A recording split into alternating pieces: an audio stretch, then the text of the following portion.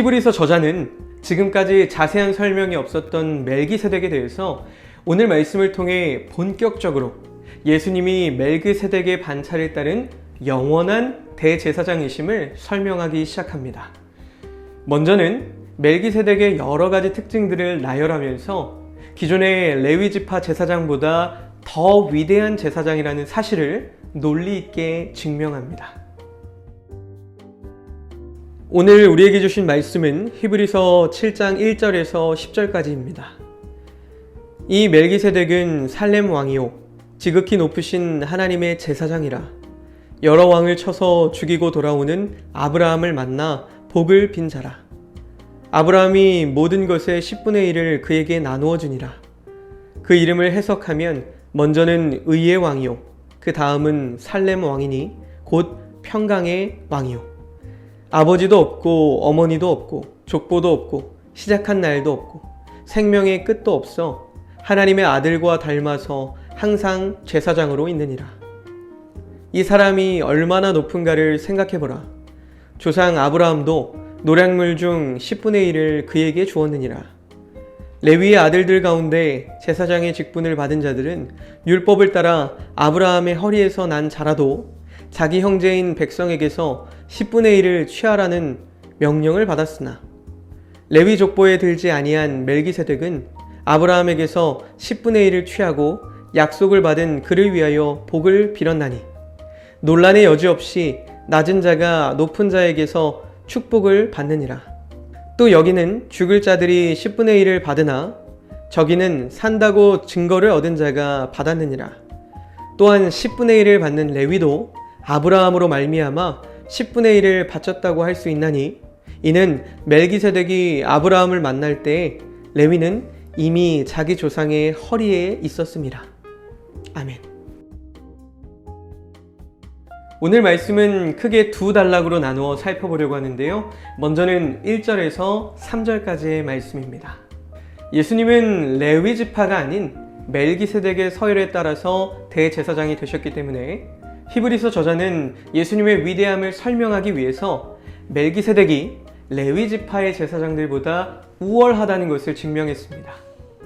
레위 제사장들은 죽음의 한계를 가지고 있는 보통 사람이라면 멜기세덱은 하나님의 아들을 닮은 신비한 존재로서 영원토록 항상 있는 제사장으로 인정됩니다. 또한 레위 제사장들은 족보를 따라서 제사장이 되고 율법을 따라서 11조를 받았지만 멜기세덱은 이러한 족보를 초월해서 제사장이 되었고 율법이 있기 전에 11조를 받았음을 이야기합니다. 이어지는 4절에서 10절까지의 말씀에서는 이 사람이 얼마나 높은가를 생각해보라 라는 말로 시작하면서 멜기세덱의 위대함에 대해서 보다 자세한 설명이 이어집니다. 레위 제사장들은 아브라함의 후손에게 11조를 받았지만 멜기세덱은 그들의 조상인 아브라함에게 직접 11조를 받았고 또한 멜기세덱이 아브라함에게 축복하였다는 것을 통해서 아브라함의 후손이었던 레위보다 더 높은 존재라는 사실이 자연스럽게 드러납니다. 이를 통해서 멜기세덱은 타락 이후에 모든 인류가 영원하던 구원을 가져다 주실 유일한 메시아이신 예수님의 등장을 예고하는 모형이라는 사실을 알 수 있습니다. 하나님께서는 백성을 구원하실 계획을 차질 없이 이루어 가셨습니다. 우선 메시아를 영원 전에 계획하셨고 그리고 멜기세덱의 모형으로 세우셔서 장차에 등장하실 것을 미리 예고하셨고 그로부터 약 2000년 후에 멜기세덱의 원형이며 정의와 평화의 왕이자 영원한 대제사장이신 예수님을 이 세상에 보내셨습니다. 우리는 그렇기 때문에 우리를 구원하신 예수님을 이후에 다시 보내주셔서 영원한 안식을 누리게 하시겠다는 그 약속도 반드시 이루실 것을 믿습니다. 하나님께서는 절대 실수도 실패도 없으십니다. 아브라함이 예수님의 모형인 멜기세덱에게 11조를 드렸다면 믿음으로 아브라함의 후손이 된 우리는 멜기세덱의 원형이신 예수님을 더 섬기고 더 사랑해야 마땅합니다. 날마다 우리의 삶을 왕이자 대제사장 되신 예수님께 온전히 향기로운 제사로 드리면서 예배하고 있는지 돌아볼 수 있기를 소망합니다. 결단기도 함께 읽겠습니다.